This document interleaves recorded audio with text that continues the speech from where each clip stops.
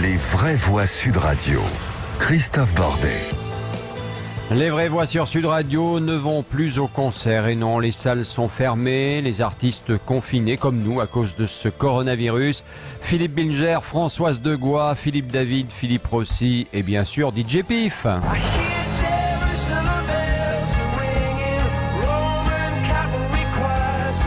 Non mais je dis ça parce que plusieurs artistes font des petits concerts sur internet, seuls, confinés chez eux. Alors on a vu Pierre Richard qui est acteur mais voilà, qui chantonnait. On a vu Jean-Louis Aubert également. On a vu le groupe Coldplay qu'on entend en ce moment. Et c'est vraiment sympa, ça occupe les gens, c'est simple, efficace. Et surtout, c'est beaucoup plus gratuit que d'aller à Bercy ou je ne sais où, hein, Françoise. Franchement, c'est pas mal. J'ai adoré Renaud Capuçon, vous avez vu un des Ah oui, plus j'ai grands vu Renaud violonistes Capuçon du monde. aussi, oui. Qui, c'est vrai. tous les soirs, réfléchit à ce qu'il va jouer pour le lendemain. Il fait sa petite vidéo de 5 minutes et il offre comme ça des concerts gratuits. Capuçon, c'est quelqu'un qui fait 250 concerts par an. Et là, il a décidé d'offrir tous les jours un concert gratuit de 7 à 8 minutes. C'est magnifique. Ce matin, il a joué Bach. Eh bien, ça fait vraiment du bien, vraiment. Hein. Allez le voir mon sur cher Philippe Bilger. Ouais, mon cher Philippe Bilger. Vous qui aimez la musique classique, il faudrait peut-être vous brancher sur Capuçon. Mais oui, mais... Ah ben vous n'avez pas l'air, je sais pas, vous aimez pas Capuçon, je pense surtout à quelque chose qui se déroule, paraît-il, chaque soir, malheureusement pas une bonne heure, c'est 20h, où des gens, par exemple hier ou avant-hier, ont applaudi le personnel soignant et rendu un hommage à ces hommes et ces femmes formidables. Je n'y étais pas, mais je l'ai appris après, et pour une fois, je me serais mêlé à ça. Mais c'est ce soir. C'est comme en Italie, hein, c'est comme en Italie. C'est à nouveau ce soir. Mais je ne chante pas. Vous voulez une autre belle initiative, mais qui n'est pas en musique ? Allez-y. Eh bien, Pernod Ricard va offrir 70 000 litres d'alcool pur pour fabriquer du gel hydroalcoolique. Génial. Ah, j'ai eu peur. Je pensais que c'était pour picoler. Ne les détournez pas. Vous allez pour parce que son désespoir. Bah oui, non, mais le petit jaune, ça marche toujours, hein, de toute façon. Ah oui, c'est ça c'est clair. Ah bah il y a Christophe avec Bordet modération qui picole quand même. Toute la journée, hein. On sait bien que bah tu oui, picoles on n'a que ça à faire, de toute façon. Donc voilà. Hein. Bon, chers amis, on poursuit notre opération antenne ouverte, hein, en tout cas dans les vraies voix sur Sud Radio, 0826 300 300. Vous avez des questions, des commentaires, vous avez envie de parler avec nous, de réagir. Eh bien, on vous ouvre évidemment les bras. Vous pouvez laisser aussi vos commentaires sur la page Facebook de Sud Radio avec vos coordonnées, puis on vous rappelle, bien évidemment. Et puis la page d'entraide également. Un coronavirus Sud Radio Solidarité, les bons plans, les idées, vos expériences par exemple. On est là et on a besoin les uns des autres évidemment en ce moment et en ces moments difficiles quand même de confinement. On va débattre comme chaque jour, deuxième débat des vraies voix, les déclarations hallucinantes, on peut le dire, de l'ancienne ministre de la Santé dans le journal Le Monde. C'était hier sur le coronavirus. Agnès Buzyn affirme avoir vu très tôt la catastrophe qui s'annonçait, avoir alerté le président et le Premier ministre. Elle parle de milliers de morts à venir. Évidemment, ça fait froid dans le dos. Agnès Buzyn qui disait lorsqu'elle était ministre, je le rappelle, que ce n'était qu'une petite grippe. Donc, question, coronavirus, se dirige-t-on vers un scandale d'État ? On vous attend au 0826 300 300. Françoise Degois, ça vous inspire quoi, les déclarations absolument incroyables d'Agnès Buzyn ? D'abord, est-ce qu'on peut la croire ? Parce qu'elle a déjà menti. Donc, est-ce qu'on peut la croire déjà ? Je suis une extrême sévérité parce que je vois qu'aujourd'hui un certain nombre d'éditorialistes tentent une explication psychologisante sur le fait qu'elle a décompressé, décompensé parce qu'elle avait été battue à la mairie de Paris. Je pense que on a le choix entre deux mauvaises solutions. Soit évidemment c'est une vengeance et c'est d'une mocheté terrible à l'égard de ceux dont elle pense qu'ils l'ont envoyé au casse-pipe. Soit et ça c'est l'option la plus grave qui peut même lui valoir la Cour de justice de la République, si c'est vrai, eh bien, elle a tout vu arriver et droit dans les yeux, elle nous a menti et quand nous avons passé nos heures à interpréter ses larmes quand elle quittait le ministère de la Santé, elle dit dans cette interview par rapport à la catastrophe qui allait arriver. Donc tout ça est effarant et est absolument, il n'y a aucune excuse qu'on peut trouver à Agnès Buzyn. Pour la suite, je le dis, quand je suis comme Philippe Bilger quand je dis je fais confiance parce que il faut à un moment donné suivre des consignes aussi peu claires soient-elles. On n'a pas le choix. Non, mais de toute façon, on n'a pas le choix, évidemment. À la fin de l'épidémie, les comptes vont se régler et je suis d'accord que les déclarations de Buzyn ouvrent quelque chose de vertigineux pour moi. Philippe David ? Ah mais je suis entièrement d'accord. Quand j'ai lu cette interview dans Le Monde hier, mais je suis tombé de l'armoire. C'est absolument hallucinant. Soit elle savait et elle avait le devoir d'informer la population, sinon c'est de la non-assistance à personne en danger. Je pense qu'on est bien d'accord. Ouais. Et il y a quand même, alors c'est quand même extraordinaire, le principe de précaution qui est dans la Constitution. On sait qu'il va y avoir des milliers de morts, on pleure devant les caméras et on dit rien. Mais c'est gravissime, c'est une affaire d'État.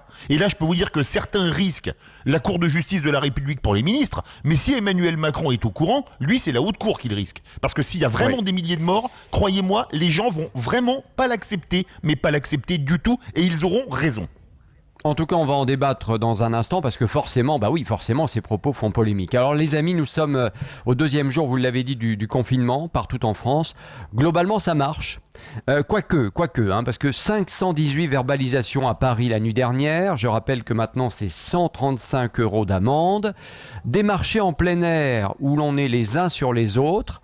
Alors bon, c'est vrai que c'est compliqué parce que tout ce qui est alimentaire, normalement, doit fonctionner, mais il y a les marchés en plein air qui posent quand même un problème. Et en même temps, si on les ferme, ça veut dire qu'il va y avoir une concurrence déloyale avec les qui, eux, vont rester ouverts. Donc, comment on va gérer ça, je ne sais pas. Bref, les mesures de confinement risquent bien d'être en tout cas renforcées dans les prochaines heures. Loi, décret d'urgence sanitaire au Conseil des ministres cet après-midi. Ça veut dire évidemment les pleins pouvoirs, les pleins pouvoirs pour l'exécutif de manière à essayer de resserrer au maximum les choses pour que l'épidémie s'interrompe enfin ou en tout cas se stabilise. Il n'y aura pas le choix, Philippe Bilger, vous ne croyez pas ? Oui, d'autant plus, Christophe, que si j'ai peut-être commis une erreur à propos du premier tour des municipales, j'y réfléchis depuis qu'il a eu lieu.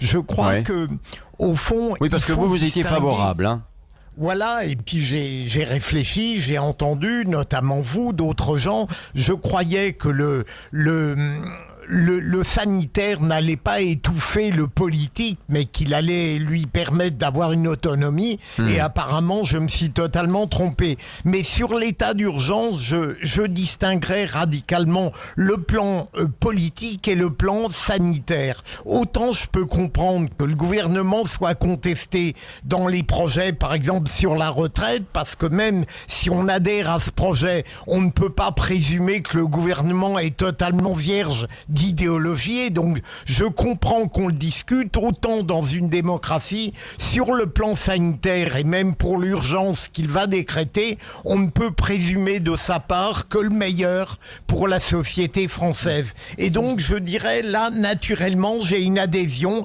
et je ne discute pas à partir du moment où il n'y a pas, semble-t-il, d'aberration. Oui, mais on n'a pas le choix une fois de plus. Ouais, voilà. Allez, on part à Marseille. Lionel Maillet, bonsoir. Salut, est-ce qu'il est là, Lionel Maillet ? Mais oui, il est là. Ah oui, vous êtes un peu en retard à l'allumage à Marseille, en fait. Il est comme l'OM au classement de la Ligue 1. Oh, dis donc, toi.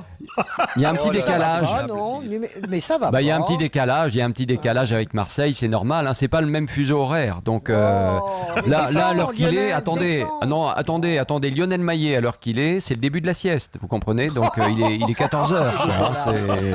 Non, il est à Marseille, pas à Ajaccio. Tout y est. Ah oui, c'est vrai. La plage des Catalans. Vas-y, continue comme ça, tu vas voir. Non, on adore les Marseillais et puis on les embrasse parce qu'ils nous écoutent de plus en plus nombreux en plus. Donc on est ravis, évidemment, Sud Radio, d'être avec vous tous. Plusieurs patients atteints du coronavirus soignés à Mulhouse, hôpital, vous le savez, débordé, ont été transférés par les services de santé de l'armée aujourd'hui à Toulon, mais aussi à Marseille, Lionel. Oui, 6 malades en tout cas, 4 de Mulhouse, 2 de Colmar qui ont été transportés par un avion spécial militaire qui s'est posé en milieu d'après-midi à Istres, sur la base militaire d'Istres, c'est dans le nord des Bouches-du-Rhône. Et donc ces malades, ils ont été transportés vers l'hôpital de l'Aveyran, qui est un hôpital militaire de Marseille, et l'hôpital à Toulon de Sainte-Anne aussi, qui est un hôpital militaire pour être soignés. Donc 6 malades en tout. 6 malades en tout, et évidemment, ça soulage l'hôpital de Mulhouse qui est véritablement débordé à l'heure qu'il est et qui commence à manquer de lits de réanimation, et on espère que ça va aider évidemment. Alors, une autre question, Lionel, puisqu'on est à Marseille. Quelle est la situation par rapport à ce coronavirus à Marseille? Comment évolue-t-elle? Est-ce qu'on est encore loin de la situation de l'Est de la France et notamment de Mulhouse, ou bien est-ce qu'on s'en rapproche, quoi? Eh bien, on s'en rapproche, Christophe, parce que pour l'instant, on va dire que tout va bien, entre guillemets, parce que les hôpitaux ne sont pas du tout débordés. Il y a à peine quelques cas en réanimation, des cas de détresse respiratoire, mais rien de grave, peu de cas encore. Mais on s'attend au pic de l'épidémie, on va dire, entre samedi et mercredi prochain. Voilà ce que disent les spécialistes sur Marseille. Donc, on est en train de faire de la place dans les services de réanimation, de réquisitionner des lits, de prendre du matériel de ventilation, des anesthésistes, des infirmières, des gens qu'on forme aussi, il y a beaucoup de volontaires, et on est actuellement à 150 places de réanimation disponibles à Marseille pour ce pic donc attendu dès le début du week-end. Dès le début du week-end et la semaine prochaine. Bon, écoutez, Lionel, bon confinement, parce que vous êtes, je crois, confiné chez vous, comme tout le monde, avec la petite famille, et on vous souhaite évidemment le meilleur. Tiens, je le rappelle, antenne ouverte 0826 300 300, vous avez des questions, des commentaires, vous avez envie de parler, n'hésitez pas de réagir. Vous pouvez aussi laisser vos commentaires sur la page Facebook de Sud Radio avec vos coordonnées. On vous rappelle bien évidemment la page d'entraide, coronavirus, Sud Radio, solidarité, pareil, les idées, les bons plans, les expériences à partager. On a besoin de vous et tout le monde a besoin de s'entraider. On va débattre, comme chaque jour évidemment, les déclarations hallucinantes de l'ancienne ministre de la Santé dans le journal Le Monde sur le coronavirus. Agnès Buzyn affirme avoir vu très tôt la catastrophe qui s'annonçait, avoir alerté le président et le Premier ministre. Elle parle de milliers de morts à venir. Agnès Buzyn qui disait lorsqu'elle était ministre que ce n'était qu'une petite grippe, je le rappelle. Question coronavirus, se dirige-t-on vers un scandale d'État? C'est ce qu'a dit Marine Le Pen notamment. 0826 300 300 et bien sûr Philippe Rossi, les réseaux sociaux. Et oui, les réseaux sociaux où ça vote beaucoup, là encore, Twitter ou encore Facebook. Alors c'est un oui, on se dirige vers un scandale d'État, oui à 95%. Puis j'aimerais vous lire ce commentaire de Jackie Bordage. Oui, c'est un scandale d'État et d'ailleurs j'ai bien l'impression qu'on se dirige vers une multitude de questionnements qui va remuer une cendre bien pâteuse. Voilà, c'est l'avis de Jackie sur Twitter. Eh bien, on va évidemment voir tout ça tout de suite avec nos invités. Jean Messia, membre du Bureau national du Rassemblement national. Bonsoir Jean. Bonsoir. Et puis David Guiraud, porte-parole de la France Insoumise, qui est avec nous également. Salut David. Bonsoir, Sud Radio. Je dis salut parce qu'on est jeune et qu'on peut, voilà. Avec Jean, c'est différent. Oui. C'est normal, ça. Ah bon, d'accord. Jean Messia. Oui, d'accord, c'est ça. Jean Messia, membre du Bureau national du Rassemblement national, comment vous réagissez aux propos d'Agnès Buzyn tout d'abord? En quelques mots. Écoutez, je viens de faire paraître une tribune dans Valeurs Actuelles là, expliquant mon point de vue. C'est une interview qui est, comme vous l'avez dit depuis tout à l'heure, une interview totalement hallucinante. Parce que, si vous voulez, elle engage ainsi sa propre responsabilité, la responsabilité du président de la République et du Premier ministre, quelle que soit d'ailleurs je dirais, la véracité de son propos. Vous comprenez, on peut aussi penser que c'est que Agnès Buzyn, n'ayant plus rien à perdre, étant un peu tombée dans l'oubli et étant à peu près certaine de ne pas être repêchée pour un poste prestigieux, elle remue un peu, je dirais, l'affaire pour essayer de se faire monter. Enfin, on ne peut pas dire ce genre de choses comme ça, je veux dire quand même. Ou alors c'est de l'inconscience quand même. Oui, mais enfin, vous savez, des macronistes, moi, plus rien ne me surprend. J'ajoute qu'il y a quand même des éléments qui sont assez troublants, puisque c'est quand même une ministre de la Santé qui laisse partir le 17 février ou le 19 février 17 tonnes de matériel vers la Chine. Donc, je comprends pas, c'est-à-dire que le 30 janvier, elle sait qu'il y aura un tsunami viral sur la France, et puis le 19 février, elle ne le sait plus. Il y a quand même des incohérences, si vous voulez, dans le propos. Soit elle savait véritablement, et dans ce cas-là, en son âme et conscience, c'est quand même un médecin, à l'origine, un médecin, son rôle, c'est le serment d'Hippocrate, son rôle, c'est de sauver des vies. Soit elle savait véritablement, et le fait qu'elle n'ait pas pris les Français à témoin, alors qu'elle est été la lanceuse d'alerte auprès de l'exécutif et que l'exécutif n'ait pas répondu, c'est une chose. Mais en son âme et conscience de médecin, elle aurait dû prendre à témoin les Français et s'exprimer devant les Français. Que l'exécutif ne l'ait pas entendu, ça ne m'étonne guère, parce que l'exécutif est engoncé dans une idéologie antinationale qui peut se résumer en une formule. Mieux vaut mourir ouvert que vivre, même temporairement, fermé. Voilà. Donc l'exécutif est dans une idéologie, d'ailleurs vous le voyez bien, tous les pays de la planète ont fermé leurs frontières et Emmanuel Macron est le dernier des Mohicans à s'entêter à nous expliquer que fermer les frontières ne sert à rien. Il n'y a pas, pardon de le dire, on va faire une précision tout de suite, il n'y a pas qu'Emmanuel Macron, parce que la présidente de la Commission européenne disait dans le journal allemand Bild ce matin que l'Europe et que l'ensemble, en gros, ou la plupart des dirigeants européens n'avaient pas vu venir ce coronavirus et pensaient pas que ça allait être aussi dramatique et aussi grave. Et là aussi, il y a une question quand même qui se pose, effectivement, de responsabilité de l'ensemble des dirigeants européens et même de la présidente, évidemment, de la Commission européenne. C'est absolument hallucinant. David Guéroult, qu'est-ce que vous pensez, vous, de ce qu'a dit Agnès Buzyn, justement ? Bah écoutez, moi, ça fait 15 jours que je suis confiné.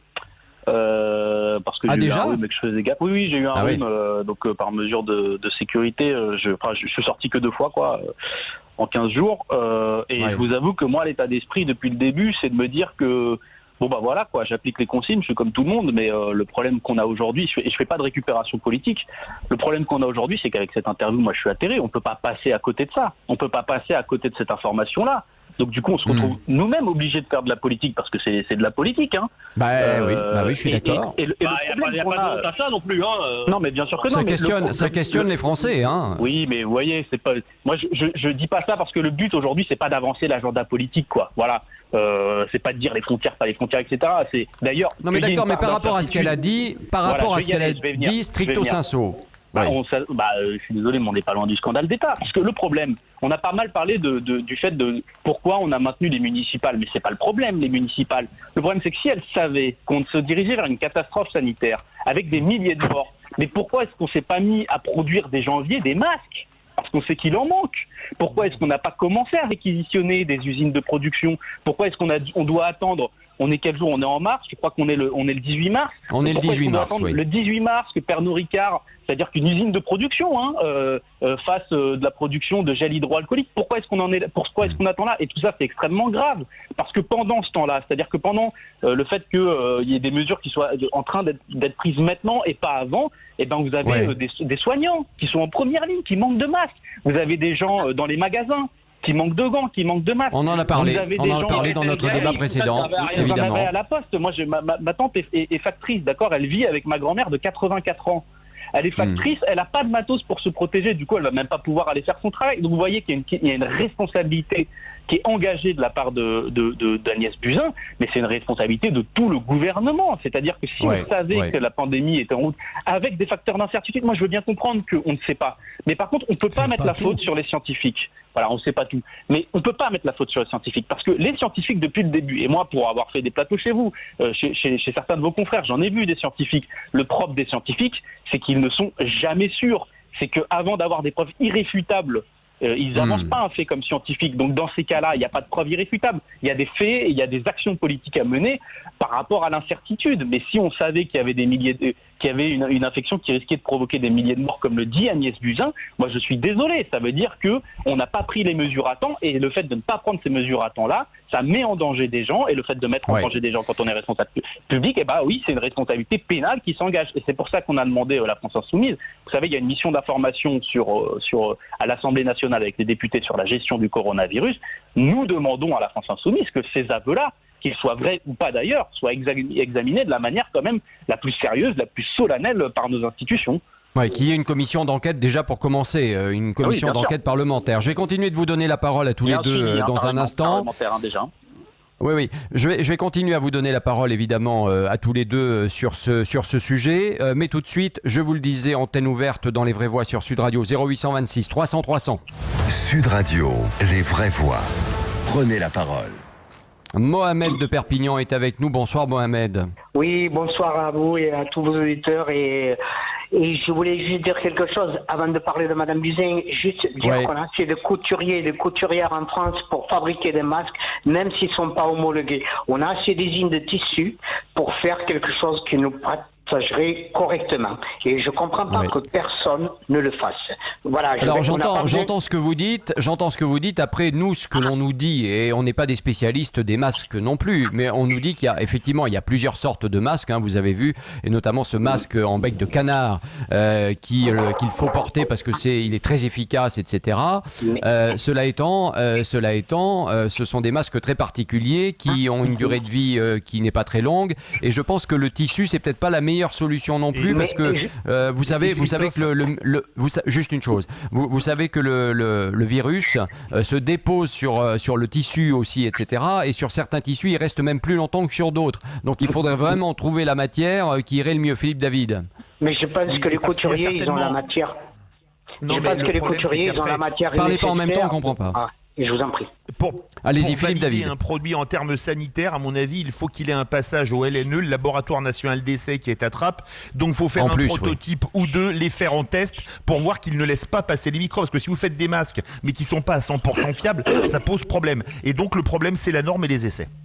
Après, moi je comprends ce que vous dites, Mohamed. C'est vrai qu'on se dit, mais on voit des gens, par exemple, vous savez qu'il y a beaucoup de gens dans les supermarchés, vous en êtes peut-être, je sais pas, qui ont acheté beaucoup de papier toilette ces derniers temps. Vous savez pourquoi faire? Certains d'entre eux, c'était pour faire des masques. Donc voilà où on en est, parce qu'on n'a pas de masque. Voilà. Moi j'ai acheté des masques qui me servent pour travailler, que j'achète dans des grandes surfaces, genre Leroy Merlin, Castorama. Je pense qu'il vaut mieux ça que rien. Au moins ça me permet que les gens ne me positionne pas dessus. Je pense qu'avec un tissu, on peut faire des masques et éviter un maximum, ne serait-ce que les gouttelettes de salive que vous projetez. Ou alors, bon... Sur Agnès Buzyn, pardon Françoise, mais on n'a pas le temps. Agnès Buzyn, voilà. Ouais. Pour Agnès Buzyn, moi je pense que c'est une lourde responsabilité qu'elle a, et je pense qu'il y a 4 personnes, vraiment 4. Il y a le comité médical, les scientifiques, notre Premier ministre et le président. Je pense que le comité scientifique qui conseille Madame Buzyn, qui est médecin elle-même, je pense qu'il aurait dû taper fort sur la table en disant voilà ce qu'on risque. Et je pense mettre vraiment le Premier ministre et le Président de la République devant leurs responsabilités et Madame Buzyn. Je pense que là, franchement, il devrait vraiment répondre devant une commission. Et là, je trouve que c'est grave. C'est réellement... Madame Buzyn dit la vérité, c'est grave. Et si elle ne dit pas la vérité, elle mérite de grosses sanctions. Je pense que là, on a 4 personnes, les scientifiques, où là, on nous la joue encore une fois de plus, comme ce qui s'est passé avec le sang contaminé, comme avec Tchernobyl, où c'est des gens qui ne sont pas à la hauteur. Et c'est pas normal parce qu'on a d'excellents scientifiques qui n'arrivent pas à prévoir ce genre de catastrophe. C'est incroyable. Et je rappelle d'ailleurs, Mohamed. Par les politiques, je crois. Mohamed, je rappelle ce qu'a répondu le Premier ministre hier soir. Il a dit qu'effectivement, Madame Buzyn lui avait indiqué ce qu'elle dit, que ça pouvait mal tourner, en gros. Mais que les médecins n'étaient pas d'accord avec elle et répondaient que non. Donc ça méritera quand même le moment venu, évidemment, d'aller plus loin. On n'est pas à l'heure des comptes parce qu'on n'est qu'au début de l'histoire qui se joue, mais c'est vrai qu'à un moment, il faudra peut-être que certains rendent des comptes, en tout cas. Allez, notre débat... Les déclarations hallucinantes de l'ancienne ministre de la Santé dans le journal Le Monde sur le coronavirus, Agnès Buzyn, qui affirme avoir vu très tôt la catastrophe qui s'annonçait, avoir alerté le président et le Premier ministre. Elle parle de milliers de morts à venir. Agnès Buzyn qui disait lorsqu'elle était ministre que c'était une petite grippe. Alors question coronavirus, se dirige-t-on vers un scandale d'État? 0826 300 300. Vous êtes les bienvenus comme Mohamed à l'instant, et puis les réseaux sociaux, Philippe Rossi. Et les réseaux sociaux, Twitter, Facebook, où ça vote toujours autant. Et ce score qui est incroyable, c'est un grand oui, c'est un scandale d'État pour 96%, ça a monté 96%. Les vraies voix Sud Radio. Christophe Bordet. Les vraies voix sur Sud Radio avec Philippe Bilger, Philippe David, Françoise Degois, Philippe Rossi, antenne ouverte 0826 300 300, coronavirus bien sûr, émission exceptionnelle comme depuis plusieurs jours et notre débat, les déclarations hallucinantes de l'ancienne ministre de la Santé dans le journal Le Monde sur le coronavirus, Agnès Buzyn, qui affirme avoir vu très tôt la catastrophe qui s'annonçait, avoir alerté le président et le Premier ministre. Elle parle de milliers de morts à venir. Question, coronavirus, se dirige-t-on vers un scandale d'État? 0826 300 300, je le disais, vous êtes les bienvenus. Et puis les réseaux sociaux, mon cher Philippe Rossi, à nouveau. Eh oui, Twitter, Facebook, où la réponse est un oui à 95%. Et puis tiens, Jérôme et beaucoup d'auditeurs d'ailleurs qui nous disent, ce qui est sûr, c'est que si Roselyne Bachelot avait été ministre de la Santé, eh bien aujourd'hui, on aurait eu des millions de masques et de gel. Oui, ça c'est sûr qu'à une époque, elle a commandé beaucoup de choses qui n'ont pas servi, voilà, donc on lui a reproché. Et puis quand c'est le contraire, on est dans une situation qui est aussi extrêmement difficile. Je voudrais entendre un peu les vraies voix autour de la question Buzyn, justement. Philippe Bilger, quel est votre sentiment, vous, après ces aveux, qu'ils soient vrais ou faux? Parce qu'on ne sait pas très bien, quoi, hein, c'est pas facile. Je verrai 3 niveaux rapidement où elle a alerté, elle dit avoir alerté le président le 11 janvier. Si c'est vrai, a-t-elle été crue par le président? Et si elle n'a pas été crue, ça montre qu'elle n'est pas aussi compétente qu'elle l'a dit. Ensuite, elle parle au Premier ministre le 30 janvier. Vous avez indiqué dans quelles conditions celui-ci a répondu. Donc, c'est évident que ce premier plan doit être vérifié.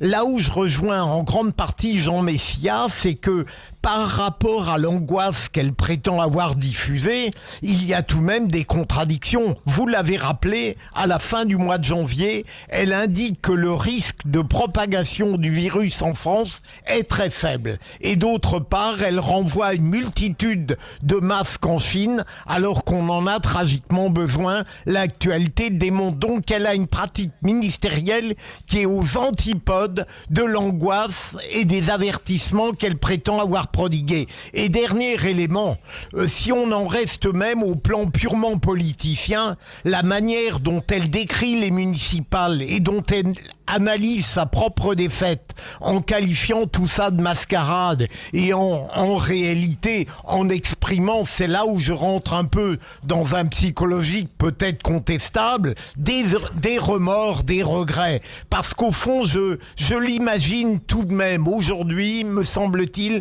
complètement terrifiée par les erreurs qu'elle a commises. Voilà comment je vois très rapidement tout cela, Christophe. Ouais, Françoise Degois, vous êtes d'accord ? Oui, bien sûr, j'ai dit à peu près tout ce que j'avais à dire sur Agnès Buzyn. Je rajouterais juste que c'est un coup qui est porté, qui est très dur, qui est un coup porté pas simplement à l'exécutif, vraiment, je le dis, à la démocratie. Vous savez, on est à la recherche d'un semblant d'union nationale. L'union nationale, elle est chez les citoyens, à l'évidence, malgré quelques comportements déviants. Vous voyez que ça rentre dans les mœurs. Les gens, et c'est bien que Philippe Bilger l'ait rappelé, se mettent au balcon pour applaudir. C'est vrai. De moins en moins de comportements désagréables avec les caissières. On sent que la solidarité s'installe. La France est un pays résilient et vous allez voir qu'on va avoir des choses aussi belles que ce qui s'est passé en Italie ou en Espagne. Mais l'unité nationale, elle est impossible au plan politique. Et je rejoins là David Guiraud. Même si on veut vraiment s'accrocher à l'unité nationale, trouver que malgré tout, eh bien, les consignes, il faut les suivre.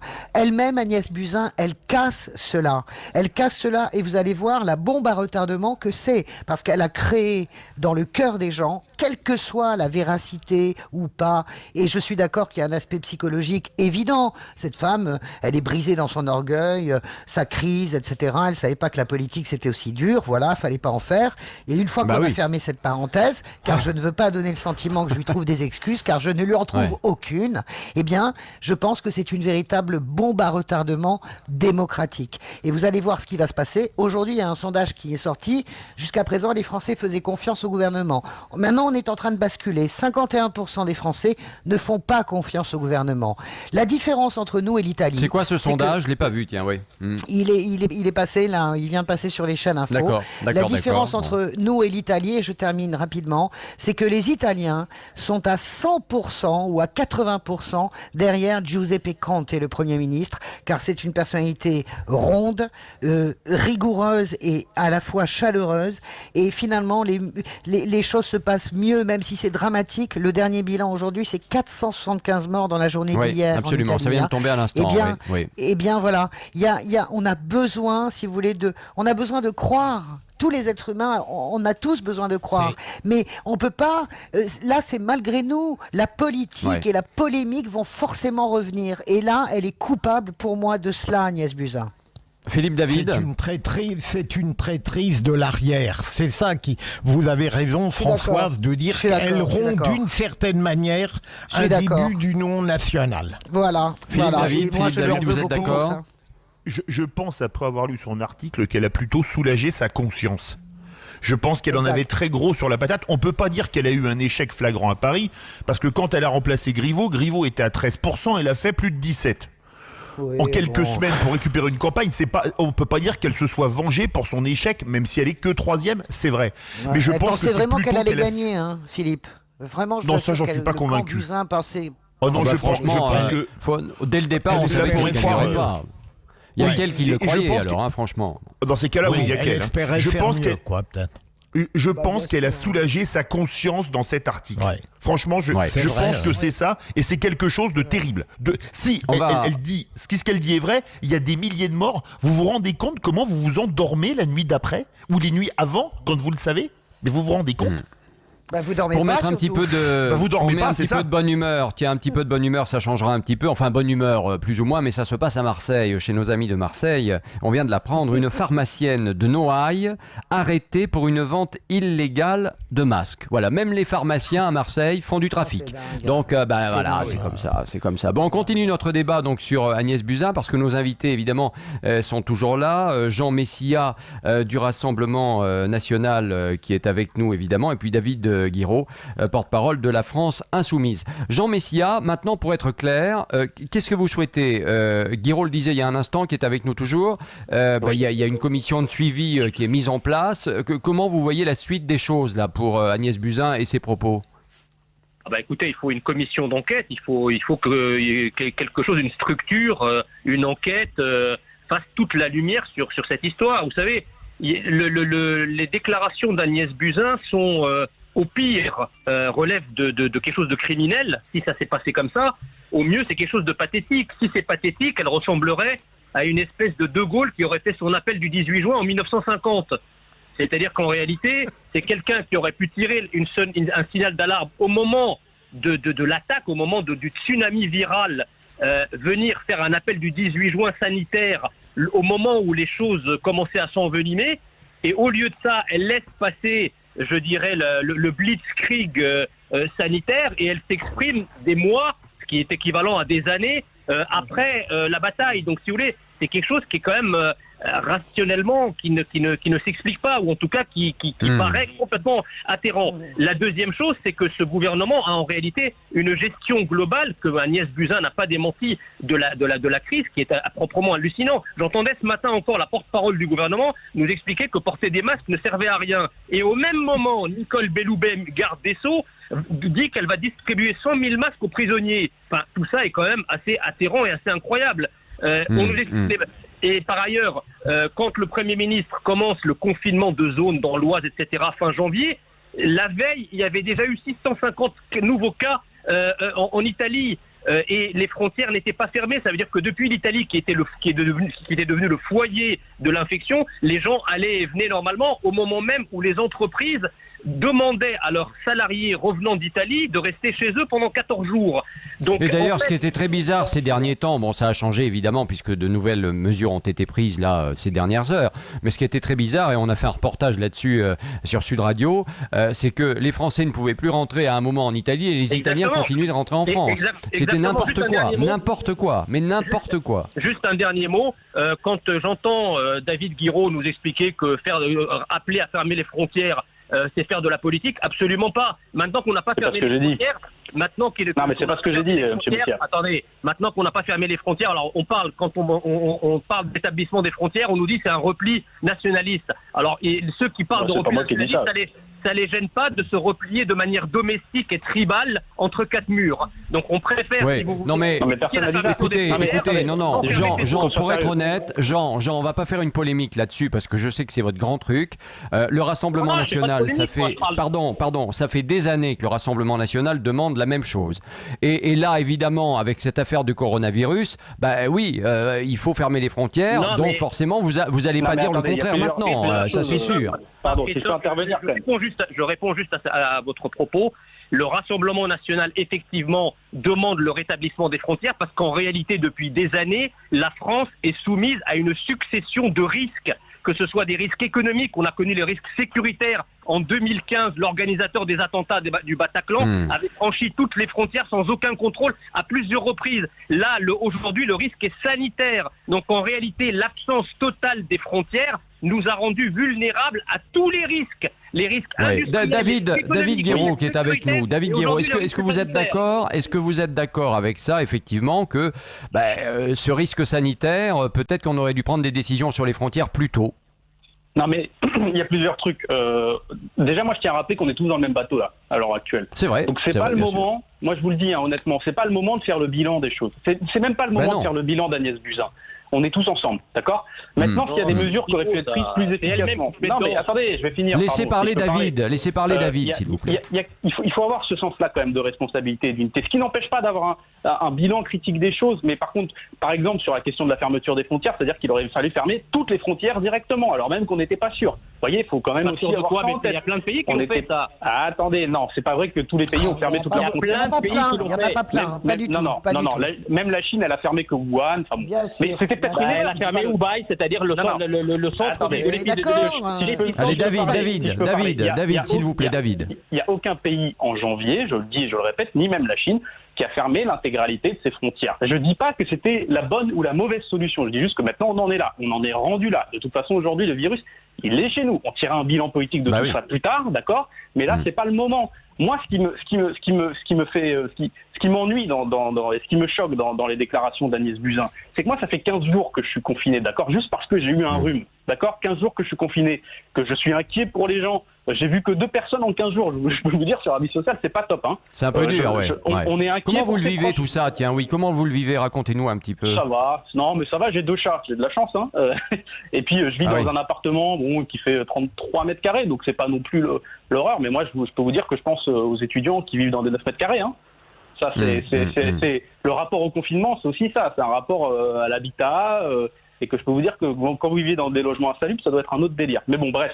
Moi ça va, je me plains pas, mais après c'est quand même pas facile non plus tous les jours, quoi. Mais voilà, on fait attention, on a des proches, on a des gens qui sont fragiles dans notre entourage. Donc nous, en tant que citoyens, je parle même pas en tant que militant politique, je parle en tant que citoyen, j'applique les consignes, je fais gaffe.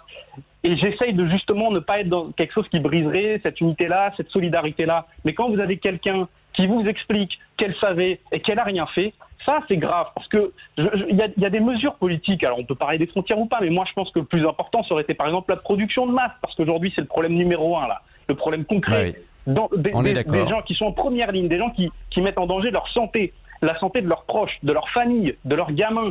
Les personnels soignants, ils manquent de masques, d'accord ? C'est pas normal que le 18 mars, on apprend que Pernod Ricard, qui font la chose bien, hein, c'est bien de leur part de le faire, mais c'est pas normal que le pays, que l'État n'ait pas pris contrôle de toutes les usines de production de masques, de gel hydroalcoolique, alors qu'il savait, selon la ministre de la Santé de l'époque, qu'il y avait un risque sanitaire énorme. C'est ça qui est pas normal.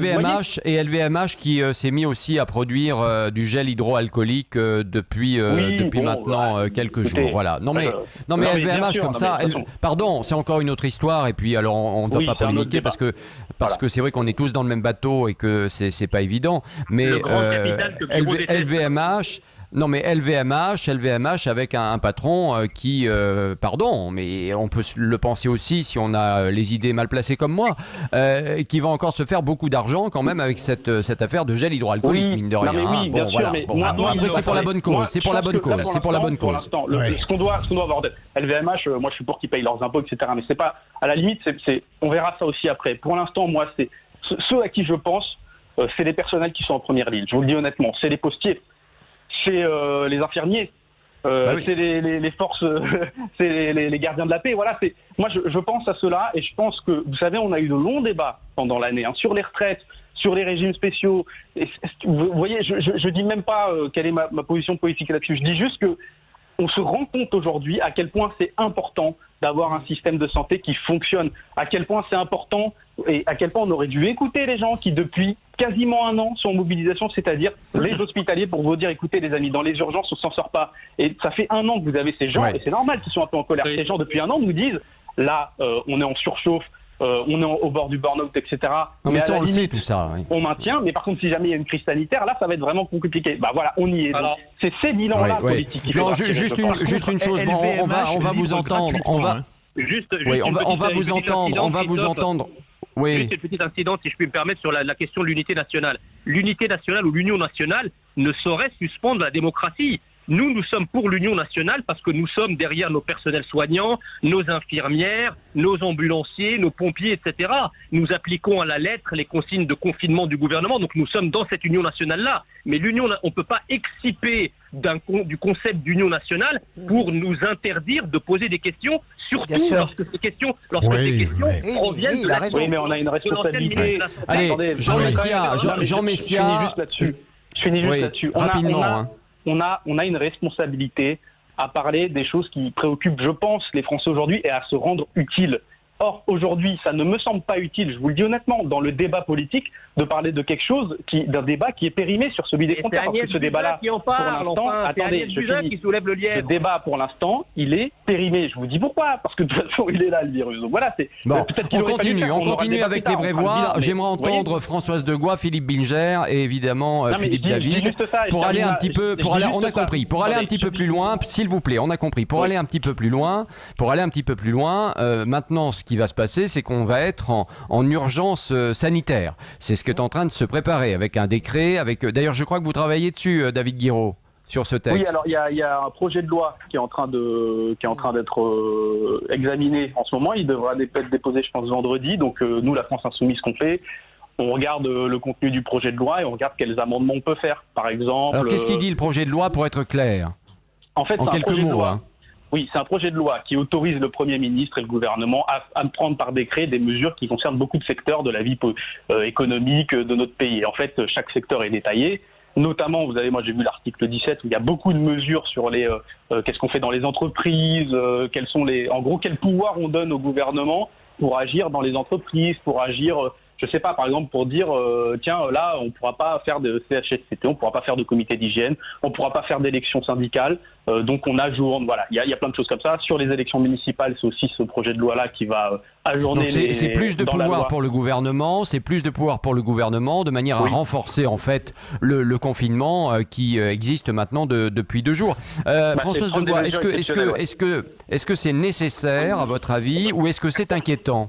Non, c'est nécessaire. Ce qui était inquiétant, c'est la solution de l'article 16 qui a circulé jeudi dernier, notamment pour donner les pleins pouvoirs à Emmanuel Macron, justement pour avoir la possibilité de repousser ce premier tour. Il faudra aussi qu'on explique un jour que Gérard Larcher s'est opposé pour cette raison-là. Mais encore une fois, ce n'est pas le temps du débat politique. Mais il y avait cette demande-là des pleins pouvoirs au président. Vous savez, la dernière fois, c'est Général de Gaulle, pendant la crise algérienne. On a un très mauvais souvenir de cet article 16. Là, je pense qu'on n'est pas du tout là-dedans. Et je pense que c'est absolument nécessaire. Il va y avoir une restriction. C'est quand même plus de pouvoir pour l'exécutif. Il y a plus de pouvoir, mais on n'est pas dans le pouvoir absolu. Mais il me semble quand même que l'urgence sanitaire, on ne se pose pas ce genre de questions non plus quand il y a eu les attentats en 2015. Et je crois que jusqu'au bout, je ne faisais pas confiance sur l'article 16. En revanche, sur ce projet de loi, je veux croire jusqu'au bout qu'il est nécessaire. Et puis on va pouvoir le Philippe discuter. Binger. On peut le discuter. Philippe Bilger, s'il vous plaît. Philippe Bilger, chacun son rôle. Philippe Bilger, chacun son tour, pardon. Comme je l'ai dit tout à l'heure, à partir du moment où on a la certitude que le gouvernement met en œuvre des mesures, même dans les modalités de l'urgence, mais pour notre bien à tous, eh bien, il est difficile de s'en défier. Autant pour le terrorisme, je me rappelle avoir été un peu minoritaire quand je disais que j'étais prêt à perdre un peu de ma liberté pour la sécurité de tous, autant là, il me semble, et je rejoins Françoise de Gois, qu'on peut faire confiance et accepter que la réalité angoissante d'aujourd'hui impose des mesures qui vont être temporaires. J'ajoute et terminer là-dessus, on a commencé par dire qu'il était nécessaire peut-être d'emblée de mettre en œuvre des améliorations structurelles. Moi, je crois qu'à l'heure actuelle, le pouvoir a pour seule ambition, et elle est légitime, de répondre à l'urgence sanitaire, mais qu'après, lorsqu'on aura le temps de revenir sur les réformes de structure, il faudra évidemment changer radicalement de politique, comme d'une certaine manière le président l'a laissé entendre dans son dernier discours qui paraissait constituer une forme de révision déchirante. Philippe David. D'accord. Je suis d'accord à la fois avec Françoise et avec Philippe. Comme ça, vous allez faire la synthèse. Hein, voilà. Françoise l'a connu souvent au PS, la synthèse. C'est vous le socialiste. Pas d'attaque sur la ceinture, pas d'attaque sur la ceinture. C'est vous le socialiste, alors. On sait que vous êtes militante socialiste. C'est pas parce que vous ne payez pas votre carte que, bon, voilà. D'accord, allez, ça y est, continuez, le gimmick. En fait, elle est pratique. Je range mon frein, je ne briserai pas l'unité nationale. Elle est pratique. Françoise, sur le socialisme, elle est pratiquante, mais pas croyante. C'est ça le seul souci. Oui, c'est ça. Et donc, pour y revenir, je suis d'accord avec Françoise quand elle dit pas d'article 16, parce que l'article 16, il a été utilisé qu'une seule fois dans des circonstances très douloureuses pendant la guerre d'Algérie. Mais surtout, ce qui est d'important, c'est de savoir ce qu'il y aura dans ce projet de loi et surtout la durée de ce projet de loi. Qu'est-ce qu'il va dire valable jusqu'au, 30 avril, 31 mai, 30 juin. C'est des choses qu'on attend de voir. C'est à la fin du bal qu'on paye les musiciens. Et pour dire si une loi est bonne, faut voir ce qu'il y a dedans. Ouais. Mais vous craignez, vous, que nos libertés soient un petit peu resserrées encore à cause de ce coronavirus? Quand on est confiné, nos libertés sont déjà retenues parce qu'on ne peut pas aller se promener avec ses enfants, avec sa femme, etc. Donc, non, mais enfin, il y a pas mal de dérogations pour le moment, je veux dire. Donc on peut encore resserrer un petit peu, quoi, si on veut. Hein, on peut encore resserrer beaucoup et faire un confinement total, ça oui. Philippe, il va falloir voir, est-ce que sur le plan de la finance, on pioche de façon unilatérale dans les comptes épargne, par exemple, des Français je me suis posé la question.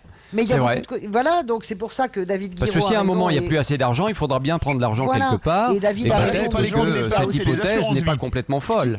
Là, c'est pas les comptes d'épargne, c'est les assurances-vie. Parce que les comptes d'épargne sont non saisissables. L'assurance vie, oui, loi Sapin 2. Oui, je sais, je connais bien la loi Sapin. Donc, effectivement, tu as raison, c'est sur les assurances-vie. Mais la vérité, si tu veux, c'est que... C'est pas décidé encore, loin de là. Mais ce qui est intéressant, c'est que... On va pas semer la panique chez les gens. Ça se discute. Et ça, c'est quand même ça, la vertu de la démocratie, c'est que même si on est sur une perte de liberté, on va quand même être jusqu'au bout dans la discussion avec le Parlement. Ça, on a prévu quelques amendements. Parce que c'est vrai qu'il y a des éléments qui nous... après, c'est ça la démocratie, c'est que nous, vous savez, on est très attachés aux droits des salariés, mais du coup, on repère des choses que d'autres formations politiques repèrent peut-être pas, mais elles, de leur côté, parce qu'elles sont plus en lien avec leur milieu social, leur repèrent. Par exemple, sur le droit, vous avez dans l'article 17 de la loi qui est présenté, le fait de permettre à l'employeur de décider unilatéralement de modifier les congés, d'à peu près tout modifier. Nous, on dit, écoutez, ça serait quand même bien d'ajouter les syndicats. Si on n'ajoute pas les syndicats, ce serait bien que les salariés aient un droit de recours en cas de décision abusive. Vous voyez, des choses comme ça. C'est comme ça qu'on se rend utile, je pense. David, vous avez parlé de votre cas, puisque vous êtes confiné depuis plusieurs jours déjà. Jean Messia, est-ce qu'autour de vous, au Rassemblement National, est-ce qu'il y a des gens qui sont victimes de ce coronavirus déjà ou pas ? Écoutez, pas que je sache, pour l'instant, je n'ai pas eu d'écho, j'appelle les uns et les autres, pour l'instant tout le monde va bien, tout le monde est confiné chez lui, appliquant scrupuleusement les instructions du gouvernement. Maintenant, si vous voulez, s'agissant du projet de loi dont il est question, là, bien sûr qu'à des circonstances exceptionnelles... Sur l'urgence sanitaire, oui. Bien sûr qu'avec des circonstances exceptionnelles, il faut avoir un dispositif exceptionnel. N'empêche que l'affaire n'est pas simplement une affaire juridique.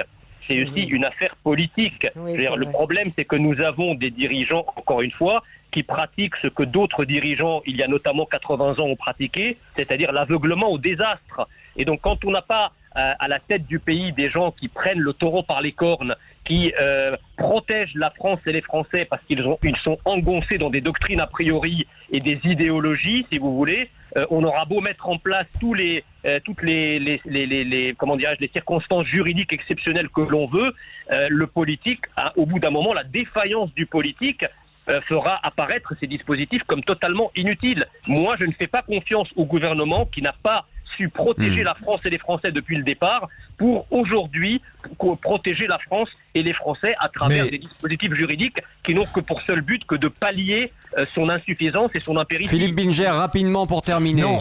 Oui, Jean Messia, j'ai dit tout à l'heure que j'étais en grande partie d'accord avec lui sur l'analyse qu'il avait faite au sujet d'Agnès Buzyn, mais je trouve qu'il est un petit peu dangereux, Jean, sans tomber dans le politicien, que je ne vous reproche pas de faire systématiquement dans une sorte de pessimisme et de critique systématique. Ça me perturbe parce que là aussi, ça délite un petit peu un climat qui doit être d'énergie collective. Si on critique tout le temps de cette manière, je me demande si on n'introduit pas une sorte de dissidence un peu regrettable sur le plan démocratique. Non, je ne. Allez, merci à tous, merci à tous. On n'a plus le temps malheureusement. Merci beaucoup d'avoir été avec nous, nos invités. Les vraies voix, bien évidemment, notre débat à la fin.